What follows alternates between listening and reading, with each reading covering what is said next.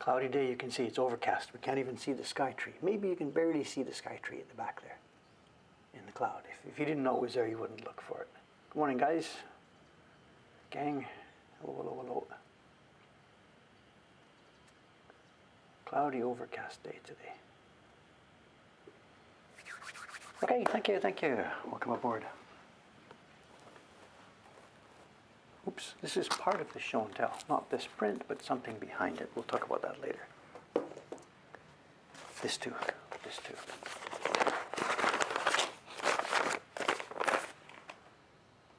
In fact, we can hint about that. What does this print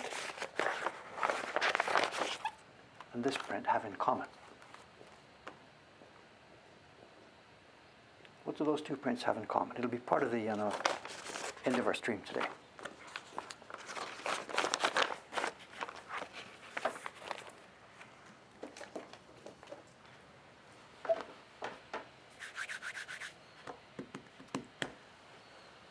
Karen-san, not Hiroshige. The big H.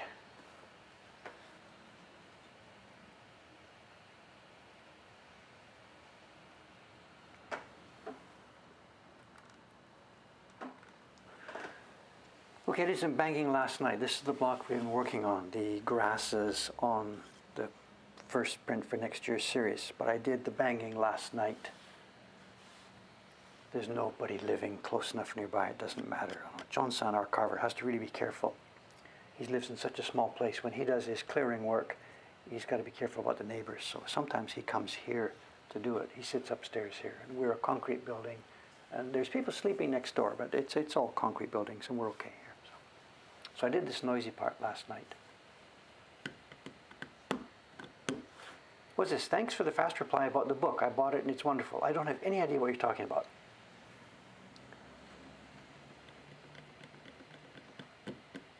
NHK, Soka yesterday. I meant to post that.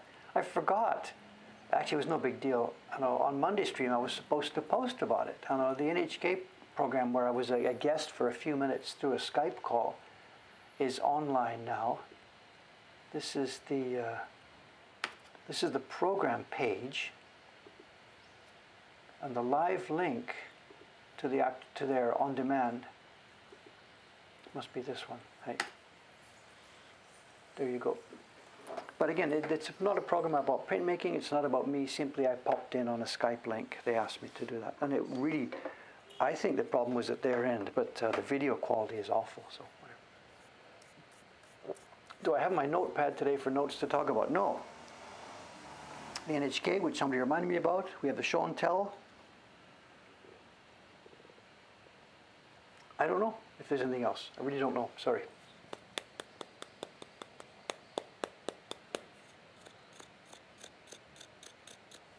Anyway, let's get some work done. It's clearing. It's going to be crunch time. This kind of stuff. It's going to be noisy crunch today.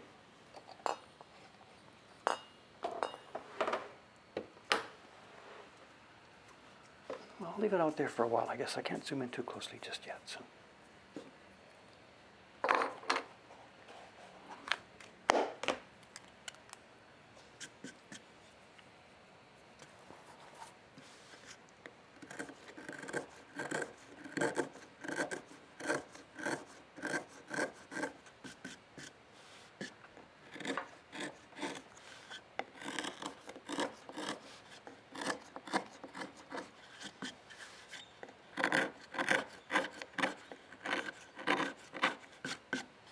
I'm under now a real deadline on this print. Even though it's January's print, we're going to ship in January. We're now well into November, and print production should have been underway already. It should have been printing by now. The end of the year through December, once we get halfway into December, the staff is going to be off all kinds of times. There's no time to prepare. So this should be finished printing by the time we hit December. It's not going to happen. So. And we've got 3 of these things going at the same time. I'm doing the first print, John-san's doing the second one, and Kawasaki-san's doing the third one. And the printers are just basically standing by. They're doing other work. They're not doing nothing, but they're standing by. And they're really upset at me about this. Because what's going to happen is They can't get started on it yet, and then all of a sudden, the blocks for prints 1, 2, and 3 are going to come through at exactly the same time.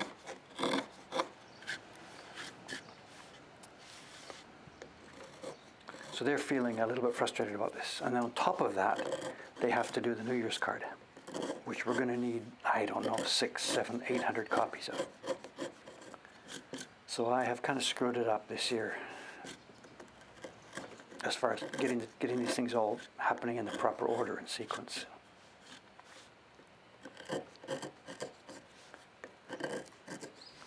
It's been a busy year. It's been crazy.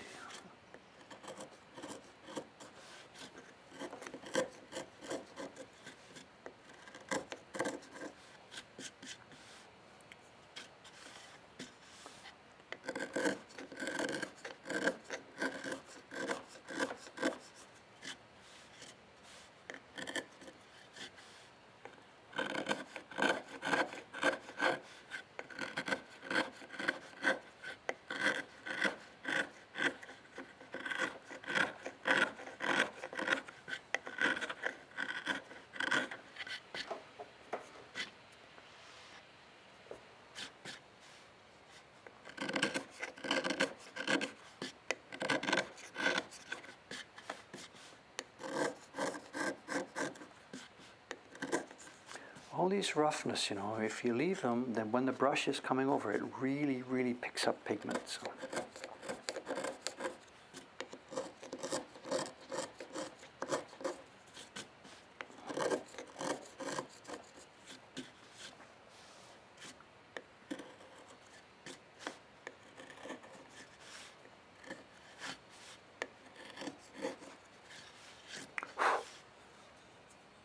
Move down to the next size chisel, get into smaller places.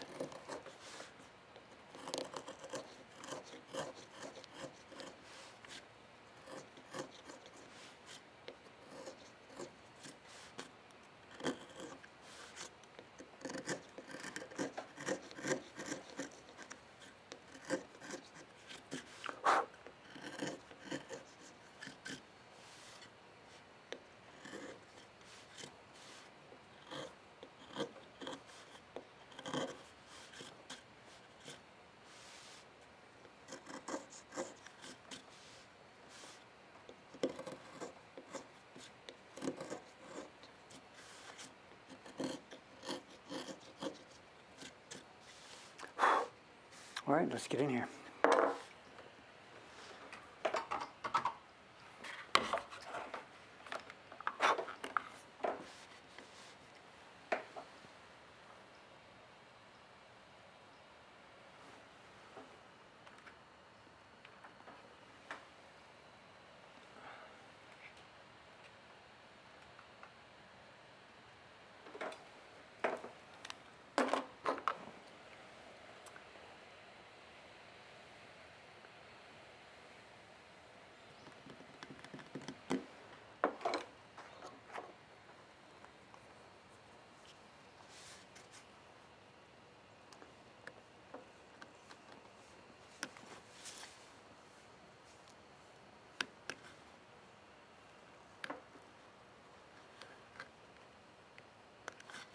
This part of it is perhaps the least, I don't know, satisfying. You know, cutting the lines is fun.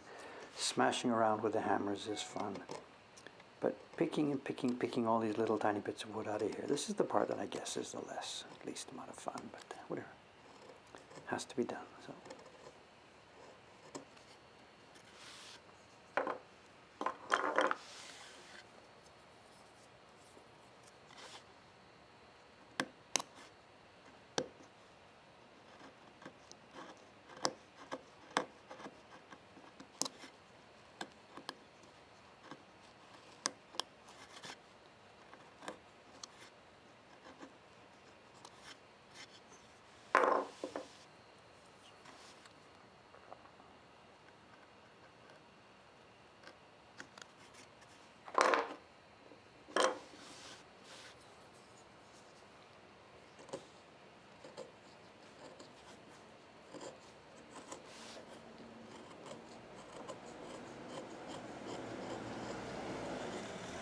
We had a visit yesterday from the construction people who will be doing the work next door. The one that's the old kimono shop now turning into an izakaya. Actually, I wasn't here. I was out grabbing my lunch at the moment, but the people came over, and it's the standard Japanese custom. There's going to be lots of noise and disruption happening next door. So they come over and apologize in advance. It's the normal way. We did the same thing with the neighbors when we started our own construction. So the guy brought over a printed sheet with the schedule of what they expect to happen. And they're expecting to take a couple of months. They're going to start November the 24th, a few days from now. And the estimated finishing time, they just put a rough estimate as of the end of January. There's hopefully I mean, it's impossible for them to get going by the busy end of year season.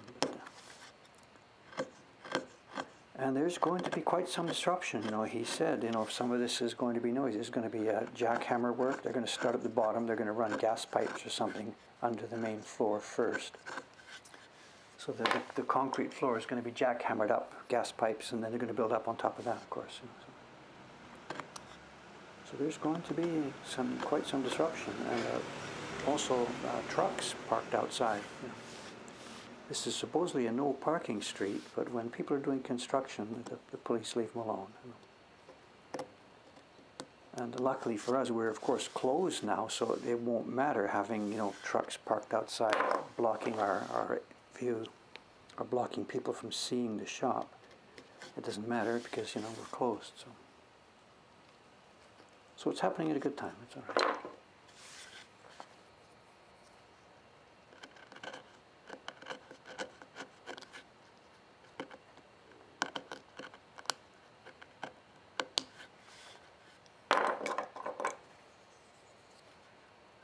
And we anticipate that it'll be quite a stable business. And as I mentioned before, it's a family, a neighborhood people. This is not an outside company coming in to take over anything here. It's a local group, so they know what they're getting into. They know the neighborhood. They know everything. So we assume that it'll be quite a stable, steady business.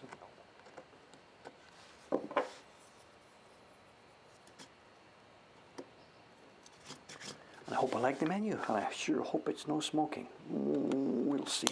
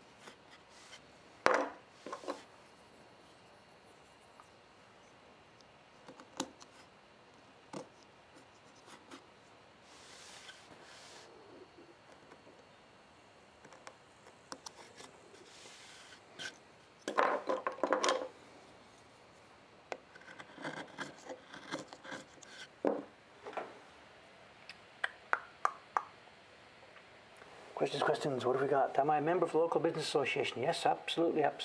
We pay 4,200 yen each month. I'm not one of the yakuin. I don't do any of the accounting and stuff like that. I'm just a member, a warm body member. And I'm not one of the people who's in the executive. I'm not involved in any discussions about stuff. I'm just a basic member, so I hear stuff. I get the circular gets passed around, and I see what things have been decided and what's going on. So I'm not an active, I'm not a mover and shaker. Have we settled on all the designs for the series? We have a plan. The first three, as I said, are carving. The fourth one, the hunched as preparation. The rest are plotted out, but they're not set in concrete. We're going to, maybe see how it goes for a while, and what the feedback is like on the first few. But yes, we know what we're doing. We have a plan for the series, but not everything is set in concrete.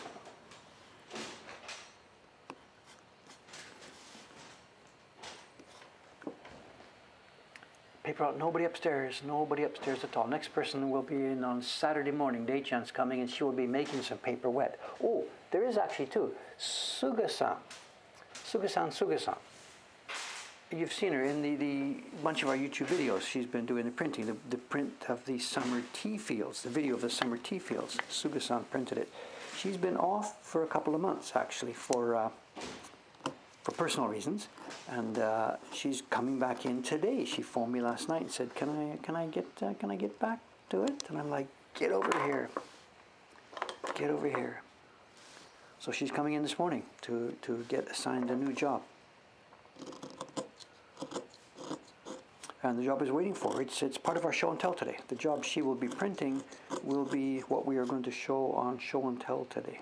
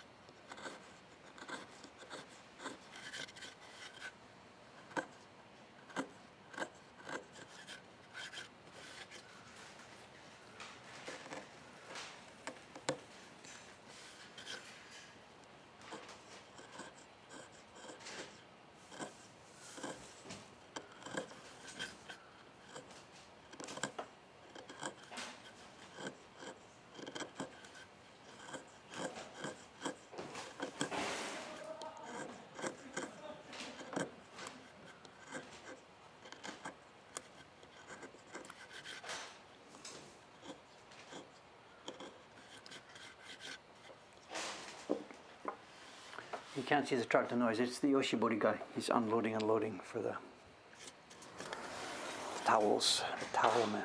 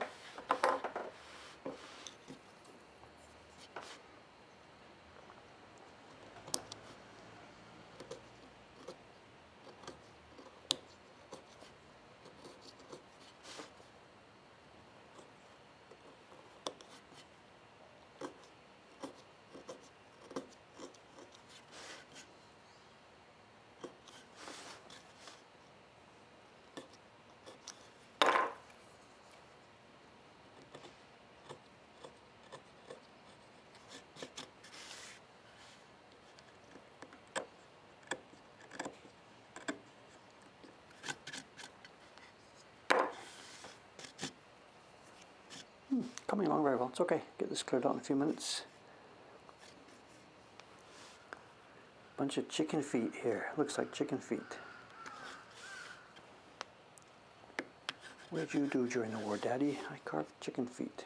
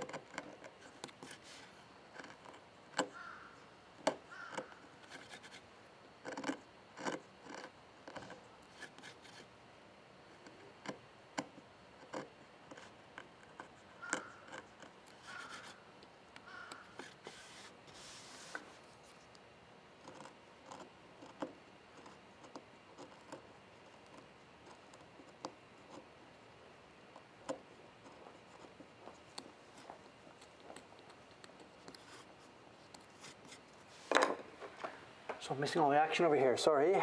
What's going on? Oh, raiders, visitors, good morning. Thank you. Welcome. Drop in. Don't know if it means anything to people who haven't been here before, but whatever. I guess there's explaining about what we're doing. Does my neck hurt after looking down? No, no, no. There's no stress here. I'm just sitting here looking down. I'll look up, look around. I think the only time you'd get, if there's stress involved or tension involved, and this is nothing. It's just peaceful. There's no stress or strain. When people are watching, if we're doing some kind of demonstration here, sometimes, or back when the shop used to be open and people would, visitors to the shop would watch. The number one question was always, at least from Westerners, the number one question was, do you get, what's it called, RSI or something? Oh, here's our dog. Don't pee on the tripod today. No, it's okay, he's gone. Different dog, I think, so. You got the dog peed. Actually, when I got out there to clean it up, it turned out that he hadn't peed actually on the legs of the tripod. He peed on the side of the building right next to it, so I didn't have to clean it up, so.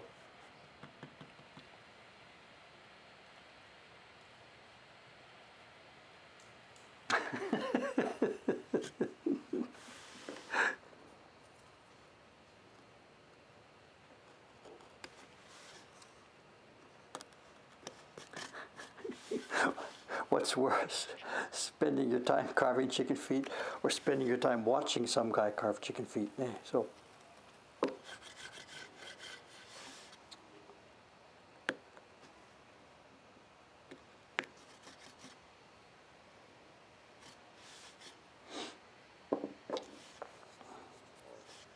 Too big.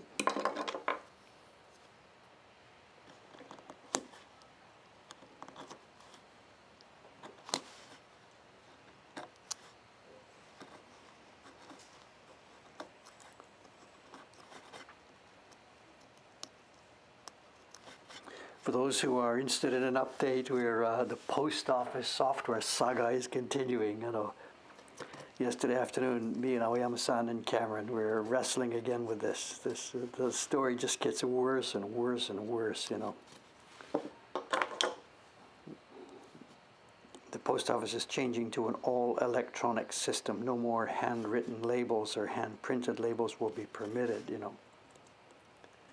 But their software doesn't allow our software to communicate to it, and we're struggling through.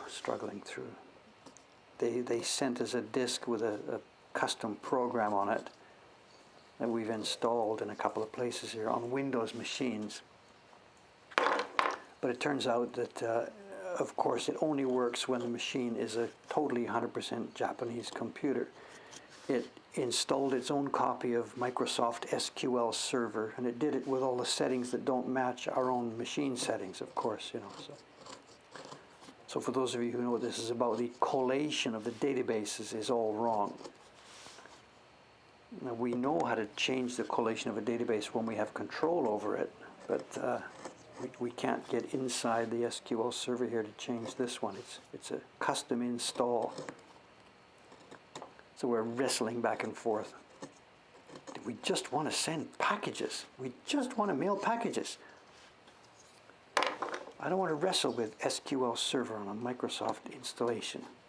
We just want to mail packages. But it's getting worse and worse and worse.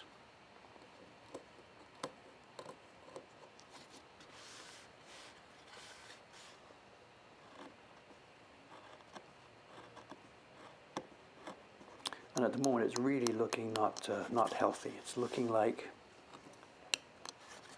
we will have to, our own software will have to export the data in a way that our clerks can read it, and then go to the post office website and one by one, through the consumer interface, copy and paste the freaking addresses into their system.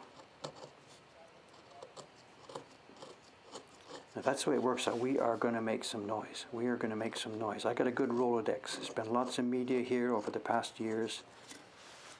And if this post office can't get it together where a customer can send normal group of packages, we are going to make some noise.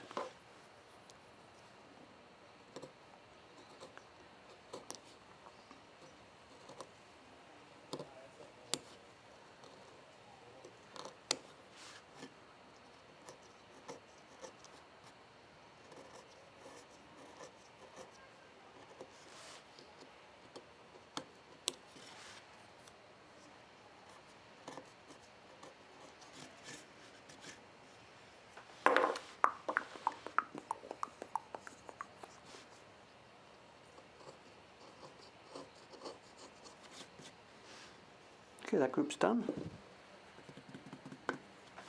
Next group here, do it all over again.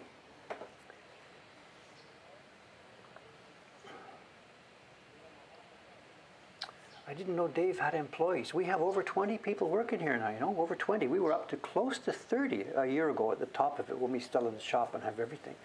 I cut paychecks for over 20 people every month. I cut it, whatever. Cameron does the actual paying nowadays.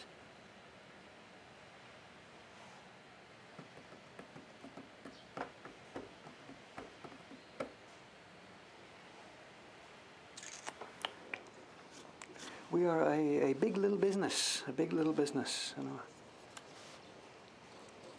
know. Not all those 20 people are working for us full time, of course, you know. They don't all want to work full time. We've got the current crew that's doing the scanning and photographing for the collection work.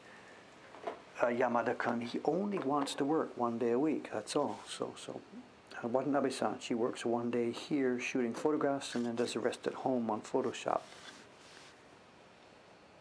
The carvers and printers, of course, working at home for the most part.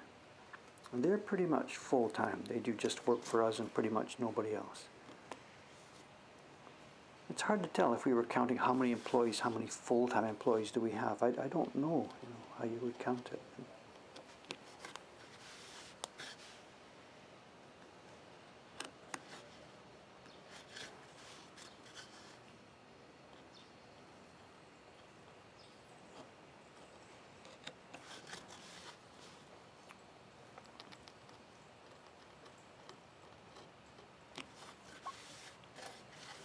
As far as business volume, the last full year, 2019, the peak was, what was it in numbers?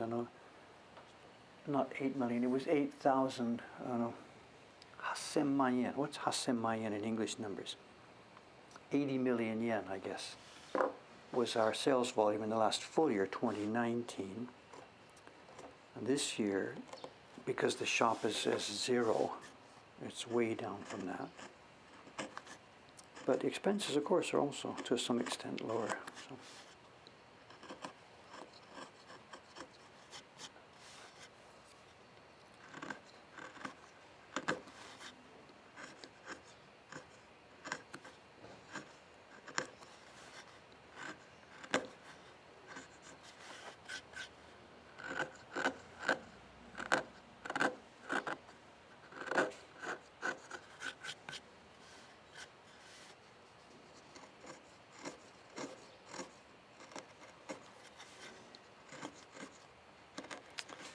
Wood grain is back and forth here, it went that way here and it wants to go the other way.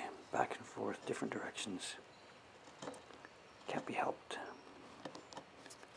It's really dangerous when the wood grain is the wrong direction when you're carving in these little tiny pieces. It's really easy to chip one of them off. So.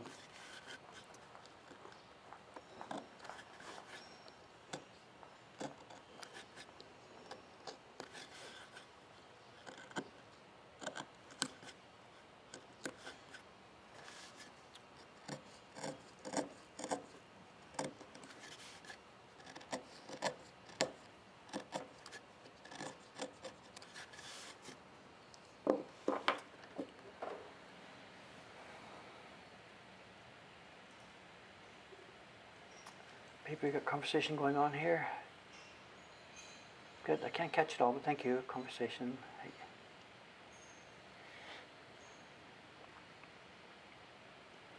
The wood on that block looks awful. This is not nice, clean wood. No, it's not nice, clean wood at all. It'll do the job. Once we're finished with it, the top surface, which is all we need at that point, once we're finished carving, the top surface will be clean and flat. It'll make good impressions. But it's a very funky grain on this. It's okay, it's usable, it's doable. We've had lots worse. This is not one of the pieces of wood from the old antique wood blocks. When I carved the key block for this print, I used one of those. This is a piece that we've made ourselves. We've got our own code numbers here, it's KM.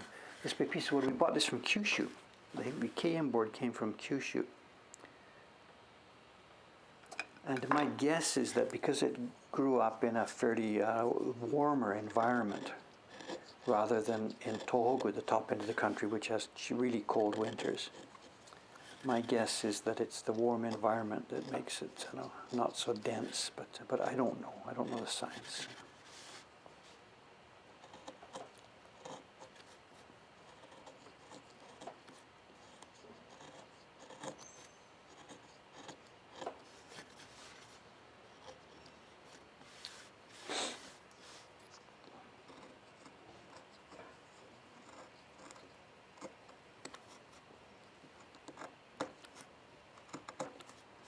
Wrong way again, back and forth, back and forth.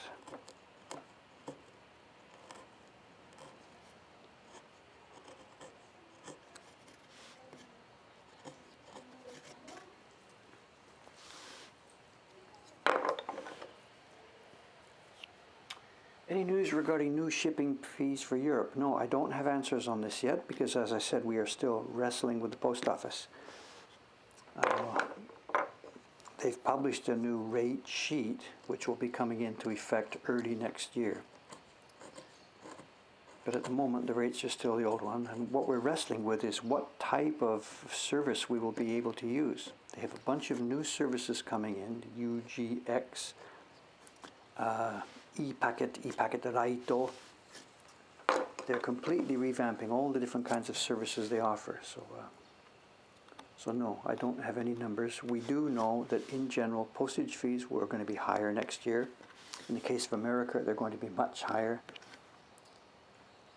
If they're cripplingly high, then we will start doing bulk shipping. For America, we'll continue with what we're doing now. We'll bulk ship to an American drop-off point and then use American domestic postage from there. So I don't have any numbers yet, I'm sorry.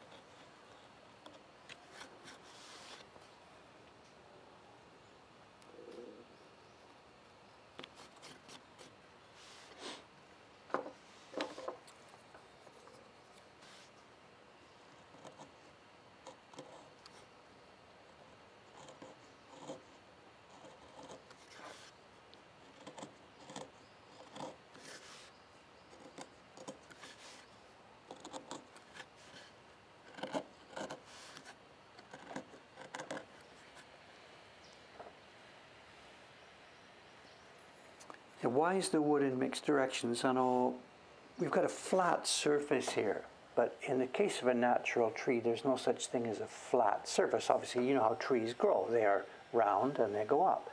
So no matter how you slice it, there's many, many ways to slice it. Anytime you slice a piece of wood, and this is a piece of wood that was taken from a tree growing this way. We're not cutting this way. It's a plank, so this wood grain runs up and down. But any slice you get, it's a geometrical thing. You've taken a plane through a cylinder.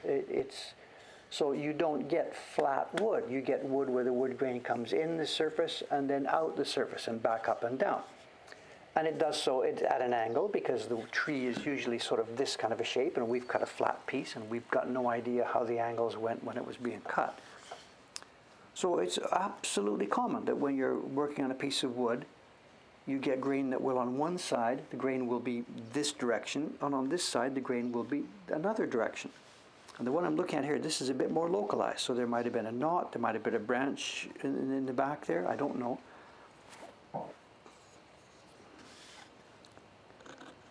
We never get a piece this wide that will have all the grain going in the same direction. That's just not how circles and planes work. You know?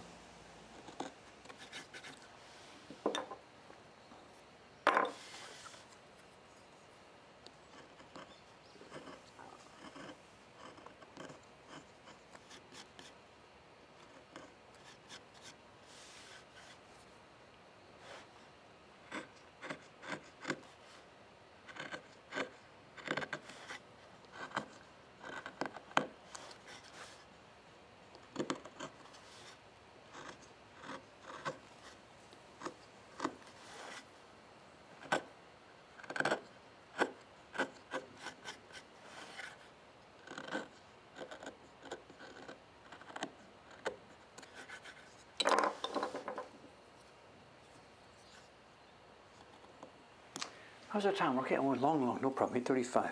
I know the show and tell today is going to be a bit of a different show and tell. It's going to be not just stuff I'm going to show you, it's going to be stuff I'm going to carve. We're going to carve today's show and tell, and I'm going to be starting it early. I'm going to be starting somewhere around 9 o'clock. So it's going to be quite a different approach today. So if you can remind me, whatever, around 9 o'clock, I'm going to put this piece of wood away, grab a different piece of wood, and that's going to be the starting point for today's S&T.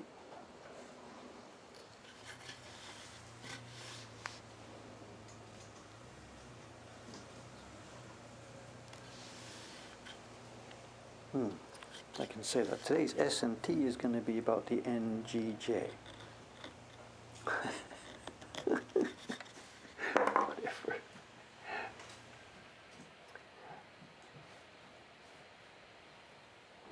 Carve and tell, yeah, good, very nice. So, CAT. Today only, this show, today only.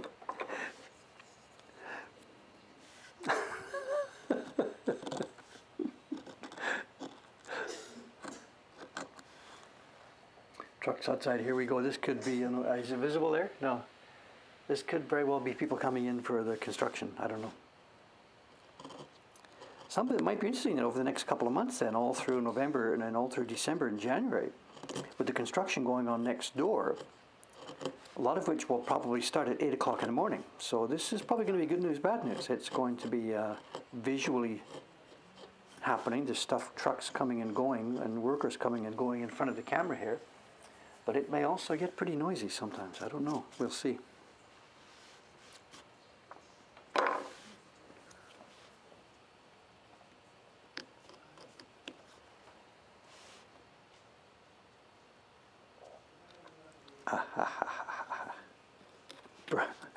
Broke it up. Did you see that?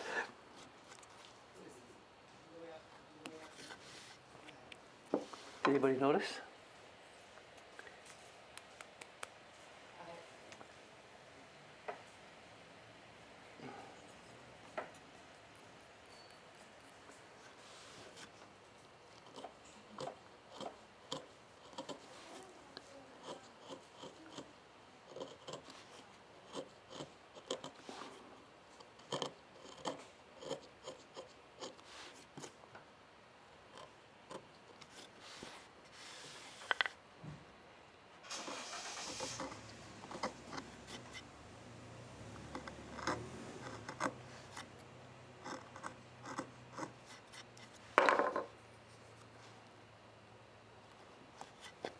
It's broken. The tip is gone.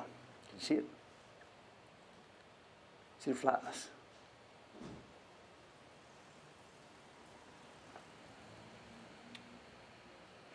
And at the moment, for the moment, don't get upset about this. For the moment, I'm going to do nothing at the moment. We are not, right now, we are not carving delicate lines. What I'm using this knife for at the moment is, you can see, look at this. I'm cutting away the back side of the V here on the lines we previously cut. So at the moment I'm going to leave it, because this is still okay for doing what I have to do in the next few minutes. Before we can start carving any more actual lines, of course it has to be sharpened properly.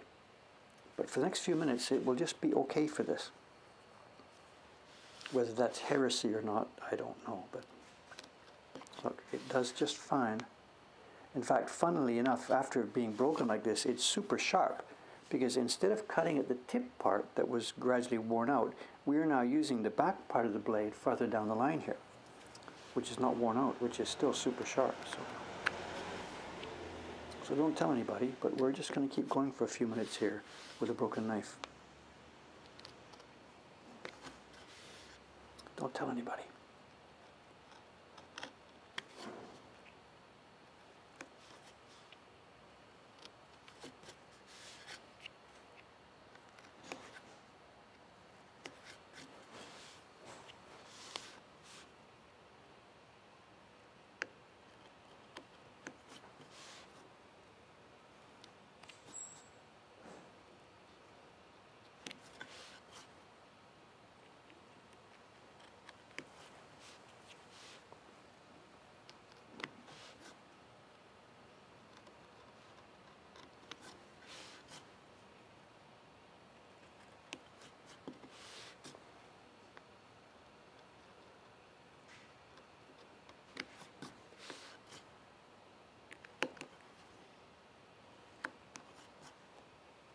It is sharp, wicked sharp.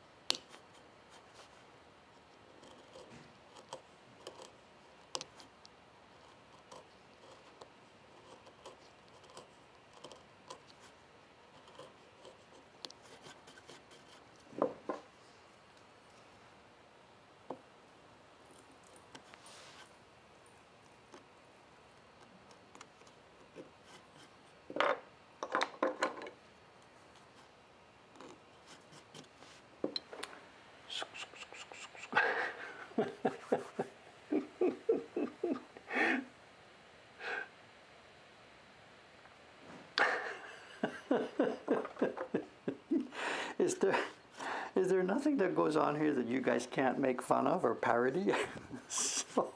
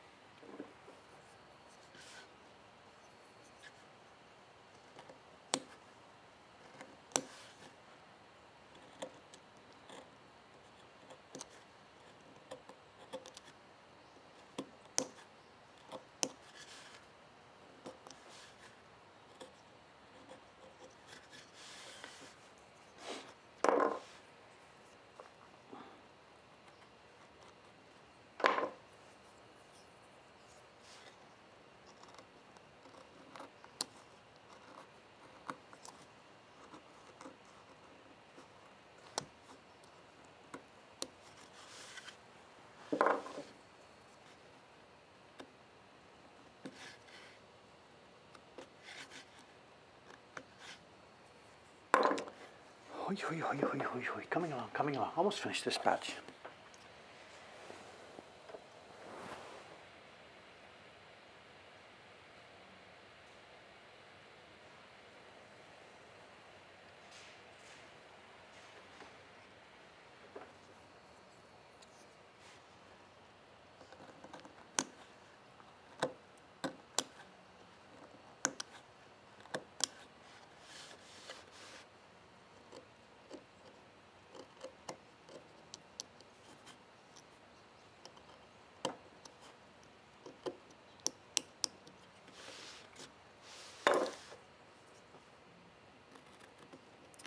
Okay, let me just finish this corner here, and then, of course, we'll sharpen this knife. We can't leave it in that condition, so I'm joking here that we can still use it, because for this part of the job, I can, but it needs to be sharpened. So let's do that next.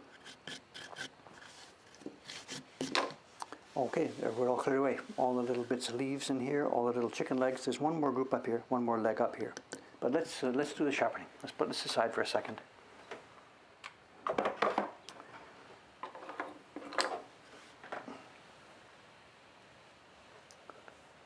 So we've got a knife now with the tip, the actual triangular part at the top is missing. So we need the roughest stone, our strongest stone, to do this. So instead of the 1000 grit that we use for daily life, we shift over to the 400.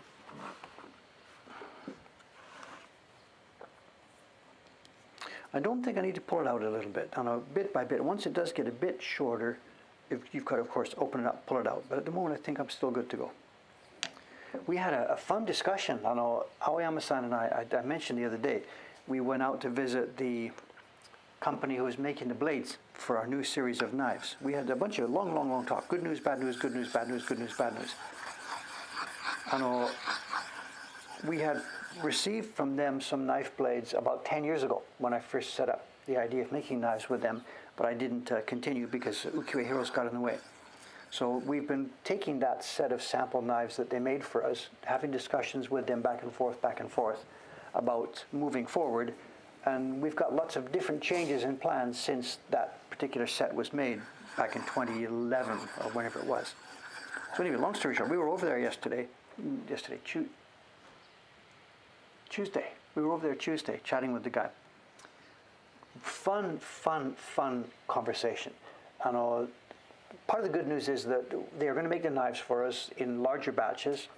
When they're doing so, they're going to let us in to video this, because we absolutely need good video of these knives being made and hammered and split up and all the part that they're done. But partway along the discussion, we talked about how hard the steel should be. And I'm not a scientist about this, but the more carbon you put into the iron, maybe the more harder and brittle the steel will be. It's this sort of thing. The level of carbon in there determines how brittle it's going to be. And we need something that becomes really sharp. But the downside of something that is really a hard steel and sharp is that it makes it generally very brittle. It's a trade-off. So a Japanese knife, normal Japanese knives, are made of two kinds of metal. There's the hagane and I forget the Japanese terms for them.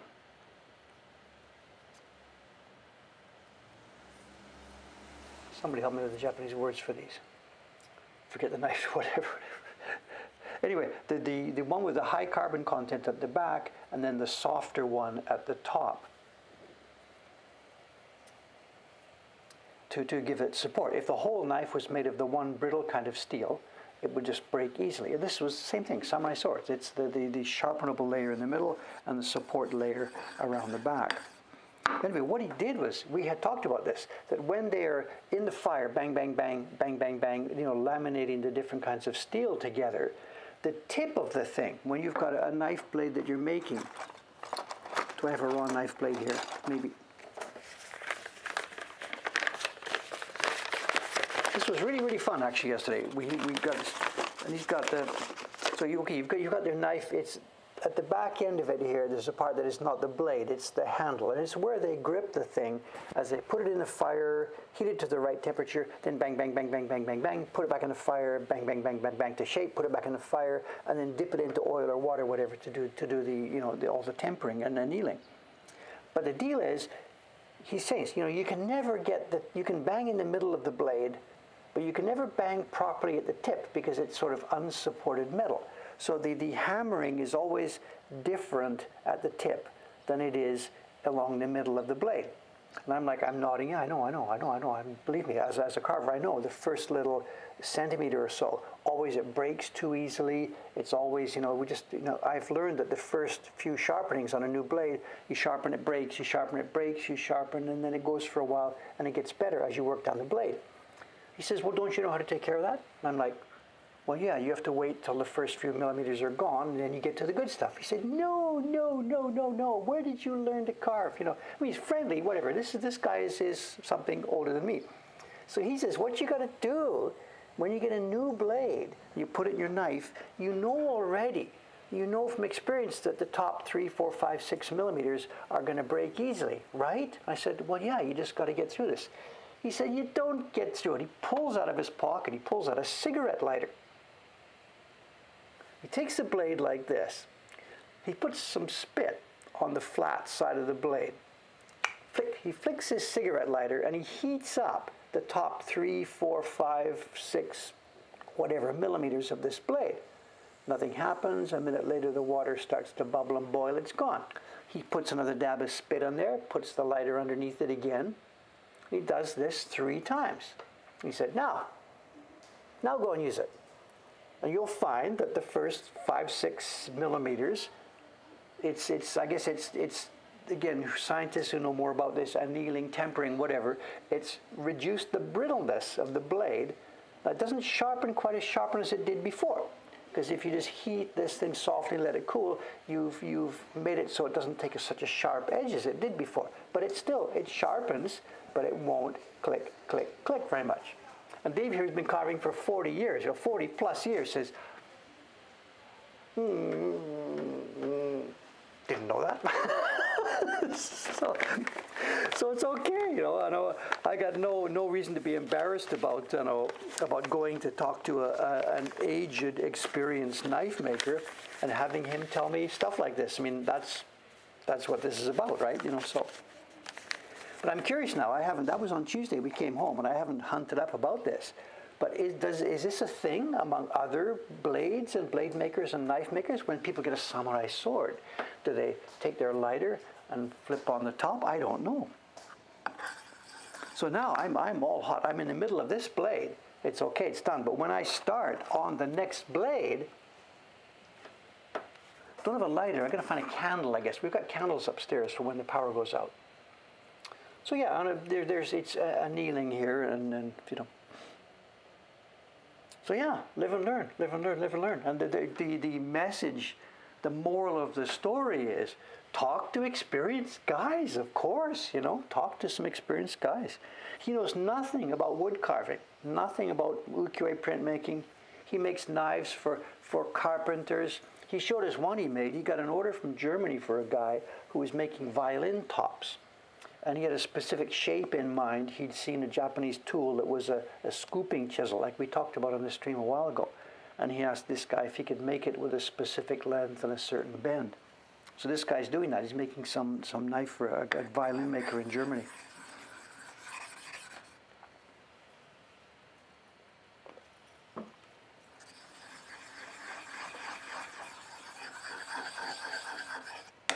Spits on the knife and gets his lighter,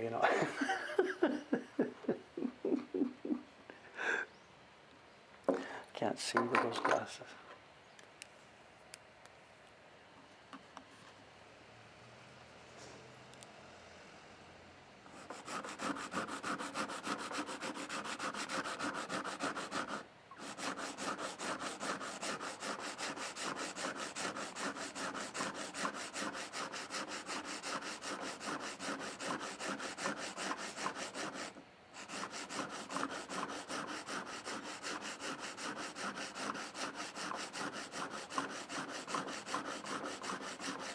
Now we are grinding here, we are crunching. I'm pushing down full force. This is the Strong Stone 400 because we want to remove some metal quickly here.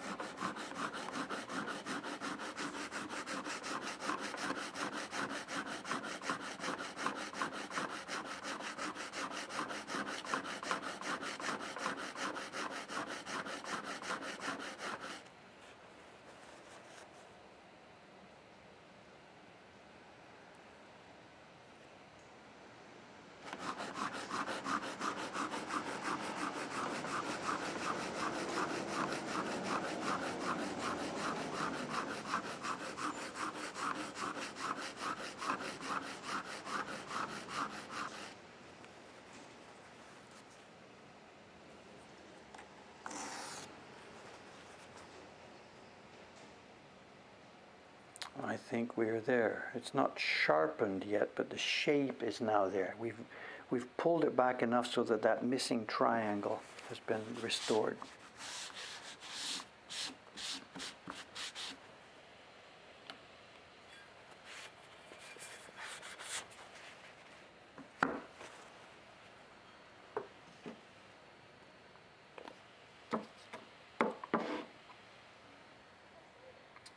I think we were chatting with him about that, like, and why did you spit on this? Surely there's not enough moisture there to have a cooling effect. No, he says, no, it allows him to see the temperature.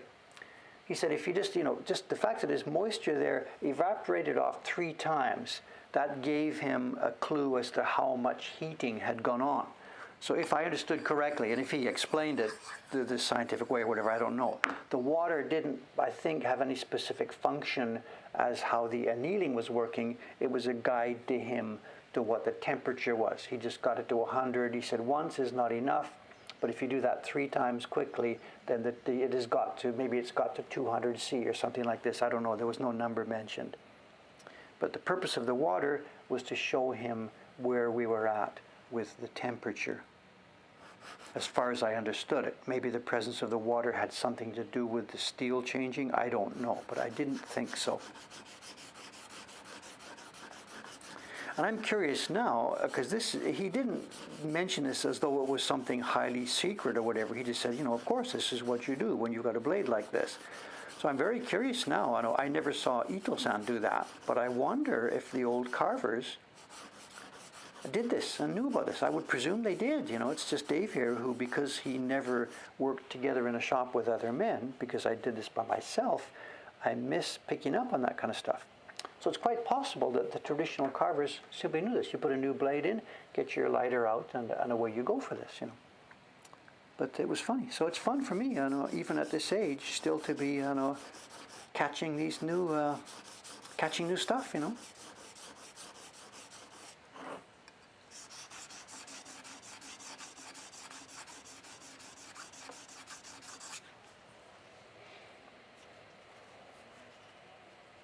Yeah, someone's talking about the saliva evaporating on one side only. I think, as I said, I think that's not what's happening there, but I don't know. It was a very, very small amount of water, compared to the density of the steel. Do I have any info on Toriyama Sekien? No idea. I know nothing about that at all. I'm sorry. Are we talking about a designer or a craftsman? I don't know.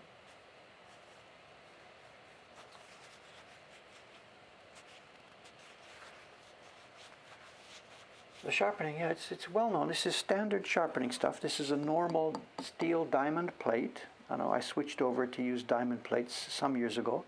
They're much more efficient, much more stable. They do a wonderful job.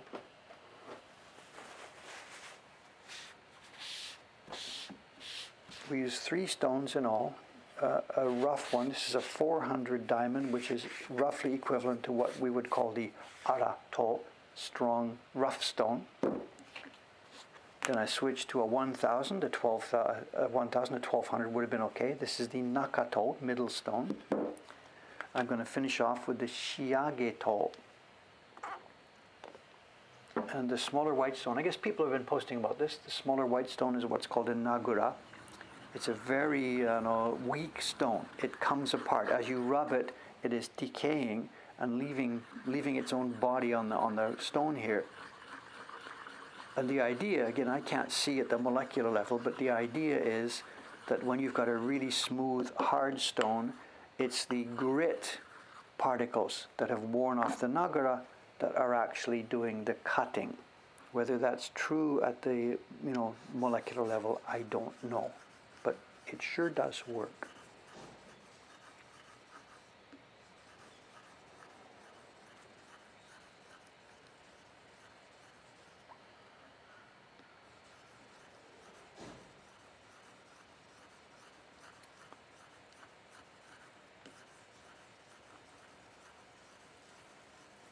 And this is just like rubbing over glass. I can't feel any grittiness, any crunchiness.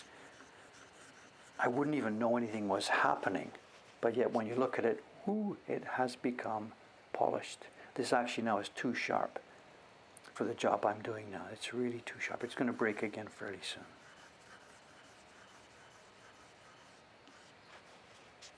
Let's take off the absolute edge and take off the tip.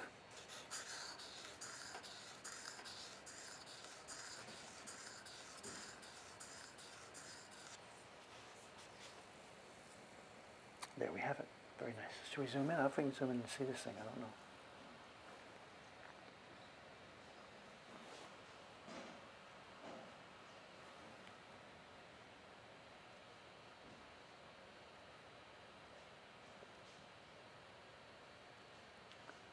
On the back side, if we can catch it, we've got the edge bevel. There. You can see the hollow grinding there. See the shiny. And in the middle of the blade is hollow ground. And there should be now a little bevel at the edge if I can catch the light just right.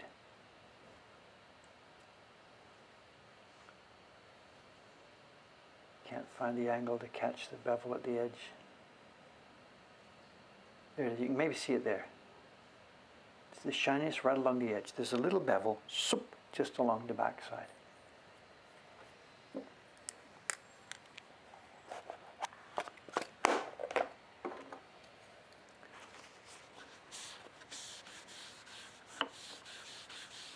Pleasant part of the job, you know. Get the stone out a few minutes, peacefully scraping the stone. It used to be terrifying for me. Sharpening was something I was just so afraid of for all those years.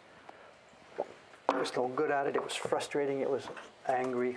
And now it's just peaceful work. We've got a dead flat bevel, a dead flat back, and a beautiful knife. Beautiful, beautiful knife. Okay, it's after 9 o'clock. A little bit of special something today. Instead of carving till 9:15 and then a show and tell, we are going to ask somebody who was joking about before. It's CAT. Carve and tell. Carve and tell.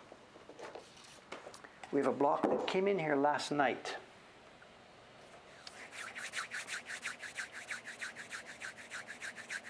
This block came in here last night. This is for a new print that we are issuing. It's going to be in our Hunger Club prints. It's going to be a postcard print next year, late next year. But before it goes into our catalog as a Hunger Club print, it is going to be used for this is going to be our New Year's print, this coming up here. So if you're on one of the people who is being a subscriber to our prints, or if you're whatever on the New Year card list, you think, or a Patreon New Year card list, avert your eyes because you're going to see it now. And the reason it's going to be a carve and tell is this. How am I going to do this? I guess I can talk about this. This is the first work that has been returned to us from a new carver who is in line for joining our team here. I can talk about this. I think it's okay. It's not top secret. I don't think he's here today. He's probably at work today. Sometimes on Saturdays, somebody drops into this stream. Taran-san, Taran Casey from the UK. He's been in Japan now for a couple of years. He first contacted us to become an apprentice. I said we can't do that. I think maybe we pointed him towards Asuka-san at Takumi Hanga, and he went over there. And he is now Asuka-san's apprentice and has been since last April. He's not a full-time there. He's teaching English to make a living and to feed his family and stuff. And he's working as an apprentice with Asuka-san. And he spent months and months and months carving circles, carving cross lines, carving circles, carving cross lines, carving circles. I mean, Asuka-san has put him through a traditional type of apprenticeship. Now, normally that would take many, many, many, many years before you get to the actual point of doing real work. In a traditional old workshop, there's work at all levels. The kid sweeps the floor the first day, then the next day maybe they give him a hammer. Here, chisel off some of this outlying stuff, whatever. Asuka-san doesn't have a large flourishing workshop like that, so it's a difficult situation for Taran. He's not good enough to carve ukiyo-e masterworks, but there's not a whole wide range of work in Asuka-san's workshop to give him training on. So as I said, Taran-san has been doing training blocks, cutting spiral lines and all this kind of stuff. It's not good enough.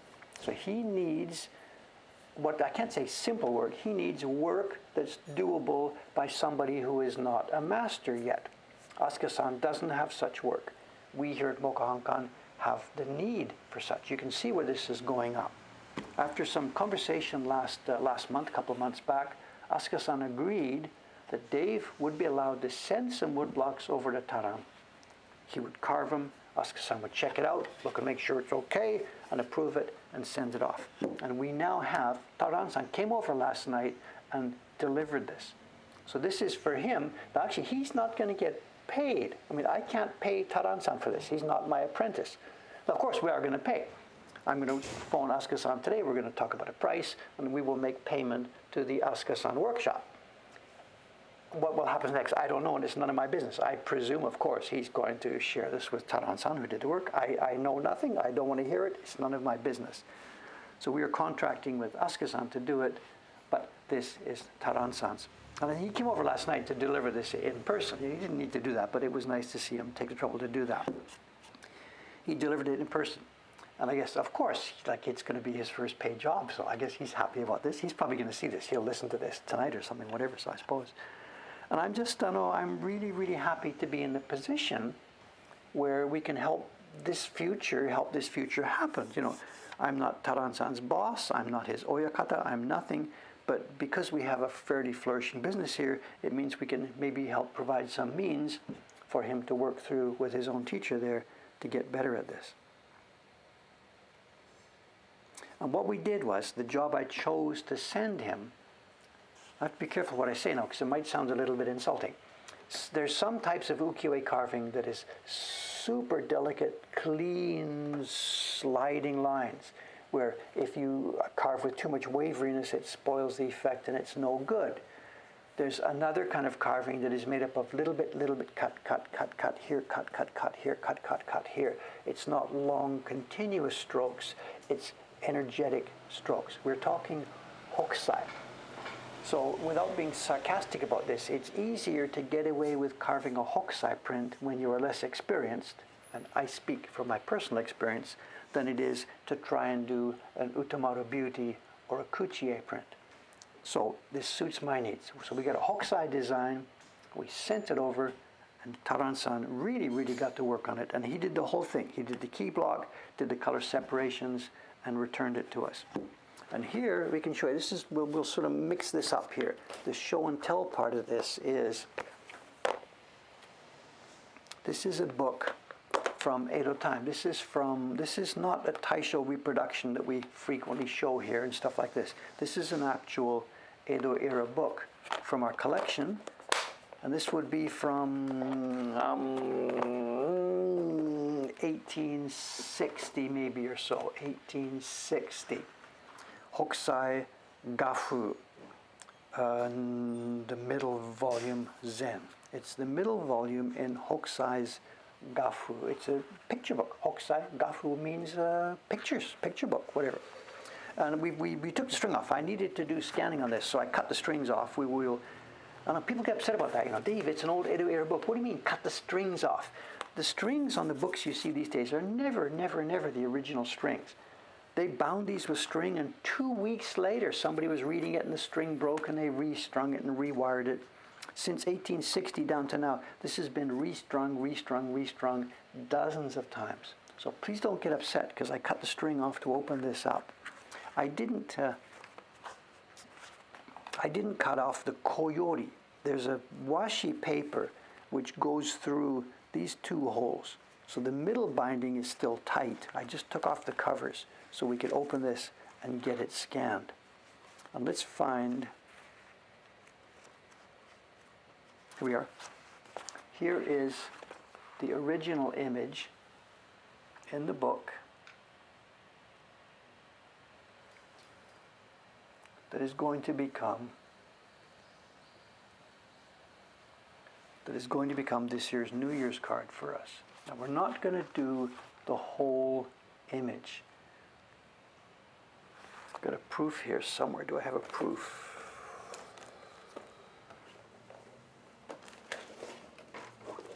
No, I don't. I've just got the block. What we're doing, we're going to crop it.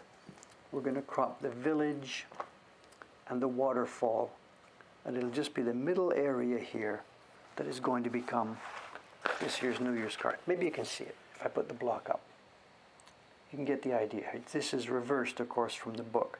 There's the village, the waterfall, the surrounding mountains. So I cropped it, scanned this from Photoshop, sent it over to Taran-san, and he went at it and got carving. So this is Hokusai adapted for us. And this is not the first print we have taken from this book. Those of you who know something about our printmaking and have seen other prints of ours, you might recognize this one. There's another little village in the snow. Hokusai sort of had a thing. He had a thing about horses, as we know that. We've seen that before. But Hokusai also had a thing about winter landscapes. And here we are. This is the print we made from this Hokusai original. And again, it's the same thing. We cropped just part of it. There's the village and the trees and the bridge in the distance. So this has been in our catalog for years and years and years. This is a new batch. This is just back. Tsushima-san finished this yesterday. He sent me over for checking, and what I have to do today, I have to check these. So this is going to go, this is in our catalog for years already, and the new one from Taran-san is also going to go into our catalog. And then there's one more. We have mined this book. If I look through, there's another one. Those of you who know our catalog might recognize this. And here's another one. Now we adapted this a bit. The original one I felt was way too gloomy. Just black everywhere. So we took the black out and I left it as a cleaner, easier village. So the magic of public domain material. Would Hokusai go along with this or not? I don't know. I don't much care. He's dead. This is legally public domain. We are enjoying it, and to my mind, we are bringing Hokusai back to life, spreading his work around the world once more.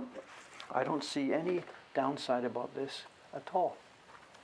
Anyway, now, what am I going to do with this block here? Taran-san has returned this to me, and very, very funny. When I opened this last night, or when he showed it to me last night, I pick it up and look at it, and everything about this is different.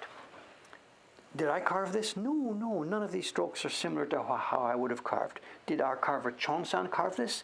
No, everything's different. Kawasaki-san, our carver living in Kobe? No.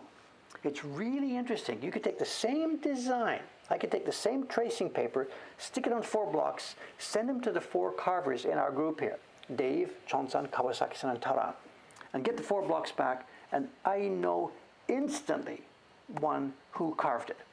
Everything about it is different. The angle, the angle of the lines, how deep, how shallow, everything about it is different. And yet when we print it, it's going to look like Hokusai's print.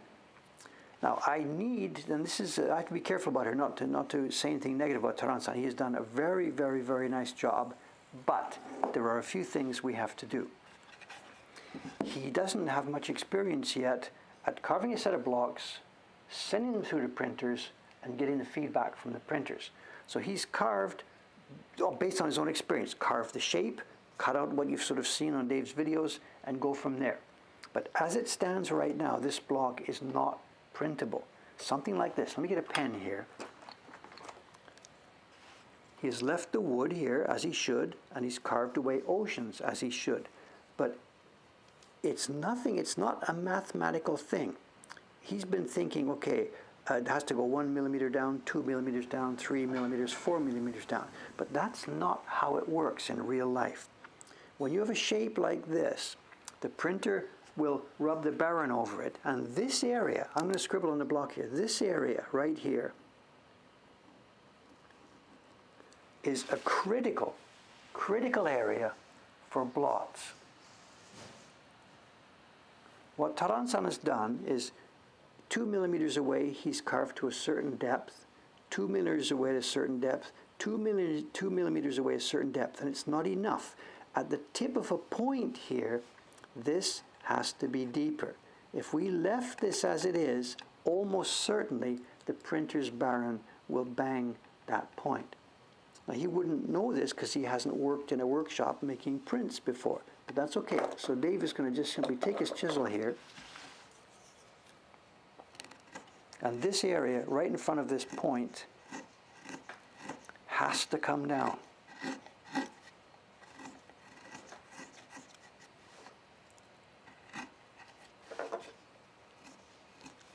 How far, I don't know, but just by feel.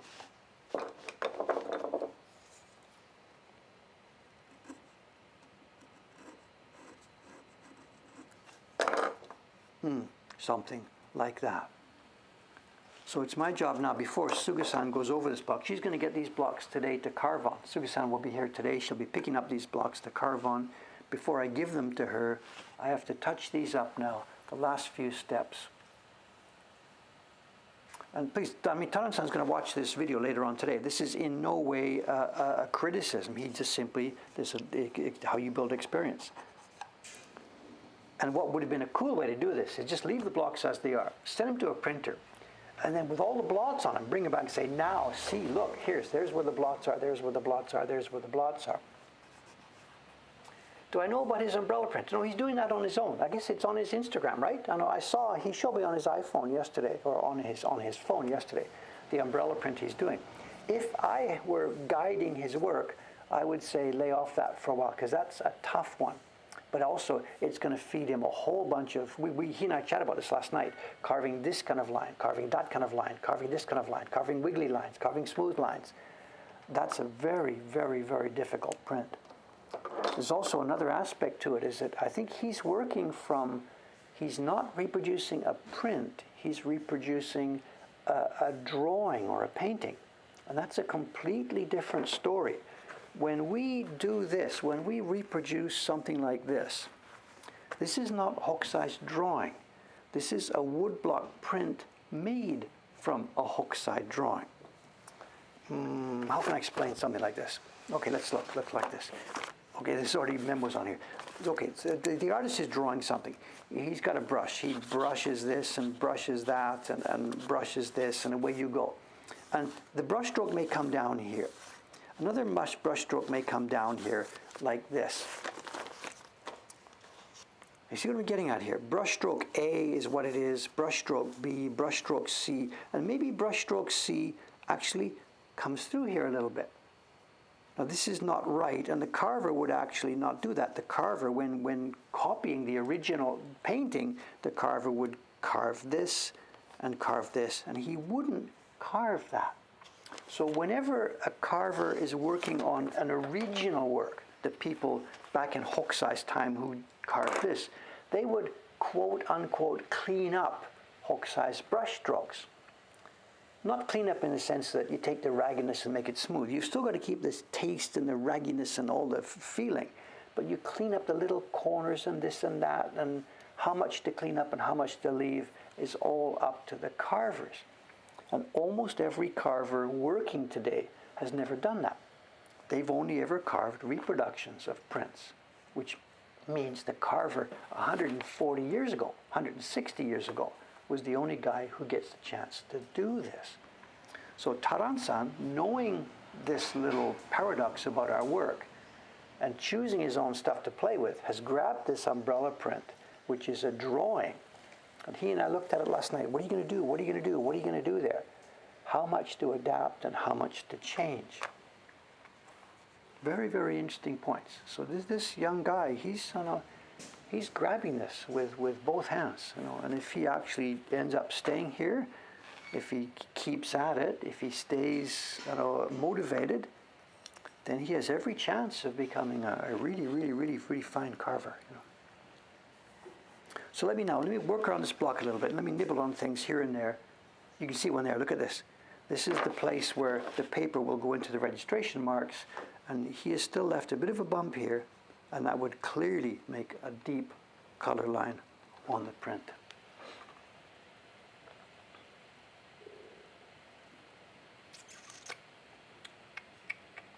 Did Taran-san drop in here? No, not here.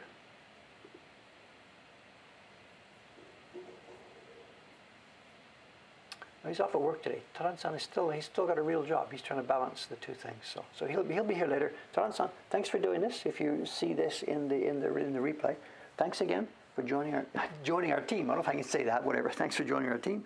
Thanks for taking part in this. I look forward to many, many, many years of cooperatively working together. It's so cool for me to see other people now coming along and doing this, you know.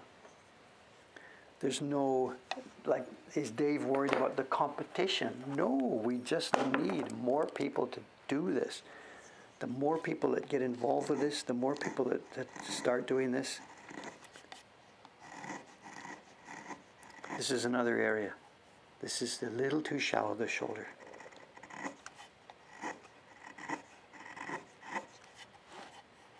Here again, around the corner.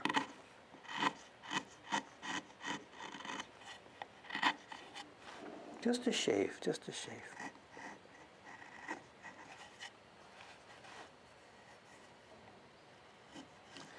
There's the idea, and I think we chatted a little bit about this last night, is how much time should he spend practicing printing?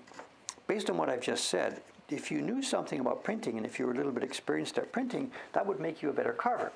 And I guess that's true as far as a fact goes. But if I were his boss and master, if I was running his life, whatever, I would say, forget the printing. Just forget the printing. This is one reason why Dave is not as good as the old guys, because Dave here, he does carving, he does printing, programming, Twitch streaming. Forget that stuff. Just get to your bench, focus on the carving, and become the best carver that's ever walked the planet, you know. But the more you spread yourself around, the less chance there is of that happening, you know.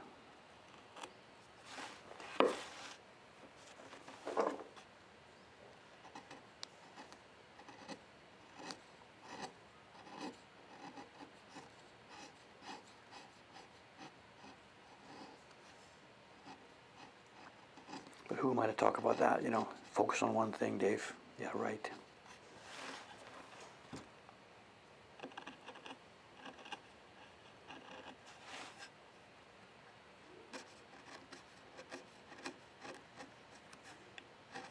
There's also another aspect of this job, and as I said, I'm not dealing directly with Taran himself on the payment. I will be making payment to, oh, this is too shallow as well, absolutely. I'll be making payment to Asuka-san, and we're going to do this in a different way from what Asuka-san is used to doing with payment.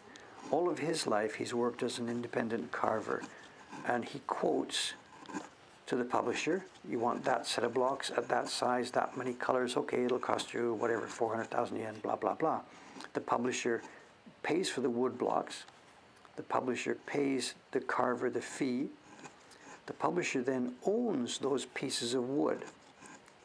And depending on what relation the publisher has with the designer, if it's a contemporary work, he goes ahead and makes prints and sells them. But he doesn't owe the carver anything else. He purchased the carver's time and work. Now, we don't do it this way. What we're doing is we pay our carvers actually on a royalty basis. We pay them per sheet of print that we sell from the blocks they made. So this one that Taran-san carved now for us, assuming it goes into our catalog well, it looks fine so far. Assuming it sells nicely, which I see no reason why it shouldn't do, he will be getting paid for this bit by bit by bit as the years go by. There's an upfront payment. You know, we hasn't sold any yet, so we have to pay the carver. So our policy is we pay for the first 200.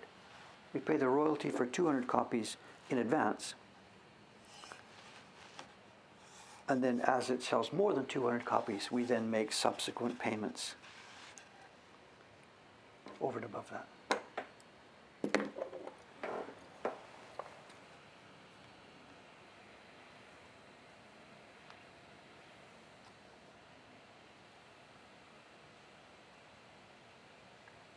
Residuals. So that was my dad's life to some extent. The years I was a teenager living in Vancouver, near Vancouver, my dad was working as a studio musician. And it was the first years, it was the early years in the Canadian government when they established the Canadian content regulations. A lot of the music and stuff and entertainment in Canada used to be American stuff, still is obviously, but at some point the Canadian government came to the realization that because they were so close to this American monster, it was difficult for Canadian talent producers to get going. So they passed some kind of legislation called Canadian content. And it meant that each broadcaster had to do X hours a week, whatever, of stuff that was actually produced in Canada. And it changed our lives. It changed my life. Not me as a producer. I was a kid. But my dad was a studio musician. And it meant a vast increase in the amount of work that came through the studios, the radio studios and TV studios. And a lot of this stuff is residuals. You go on a TV program, you get paid for the first broadcast, and then they sell it to some other market, or they replay it a year later, whatever, and a check would pop up, and he would be getting a residual payment for it. So yeah, so paying for our covers this way, this is the same system.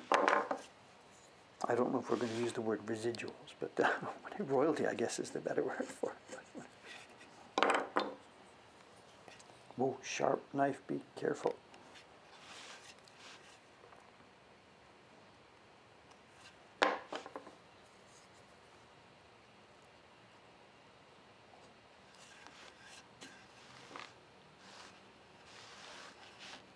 This one too, so.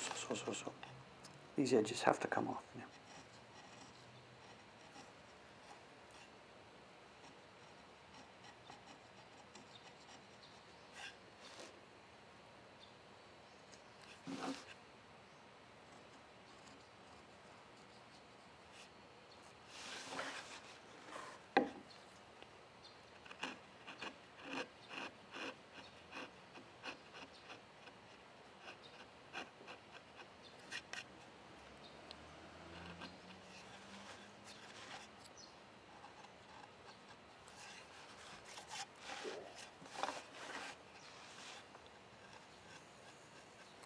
Okay, well, there might be a bit more here and there, but I said we'll discover. Sugusan's going to do test printing on this today, and we will find out at that point exactly what shaving needs to be done. But there we are. This is a really big moment for me, you know. Another carver, real carver who can do this work, coming on board with us, coming on board. I mean, this is a life-changing experience for us, having somebody else who is this interested and this competent and this capable being now available for us, for our team. So it means that if Aska Sensei and Taran can really get their training together and make Taran available for us, we can take on more projects. There's lots of stuff we'd like to do that we just don't have enough carvers for. But having one more person coming on board now is a real big deal for us. It's a real big deal. New carvers. There's nothing like this for decades. Nothing. I hope he sticks with it. And I hope we can, get the stuff out into the market. This is a really big deal. Really big deal. Taran-san, you're going to see this later. Thanks for doing this. And thanks for the cooperation. Okay. That's it, 9:30. I've got to get out of here. Today is another FedEx day. I've got to be packing boxes, ready for shipping prints out of here over to America. What is it? It's Thursday. I will be back here 2 days later from now on Saturday morning. What will I be doing? I'm not sure. I know by Saturday, the printers already have asked me. The printers want to be working already on this first print. So supposedly today and tomorrow, the next day, I'm supposed to finish this. And I'm thinking that's not going to happen. So probably Saturday morning, I'll be back at work still on one of these other blocks for the first print in next year's series. Beyond that, I cannot see. Bit of a scrappy stream today again, not so sure. I will enjoy reading the comments later on. Thanks very much. If I've missed lots, sorry, it can't be helped. I'll catch up on it later. See you in 2 more days. Thanks very much. 2 days minus 90 minutes. Bye for now. Thank you.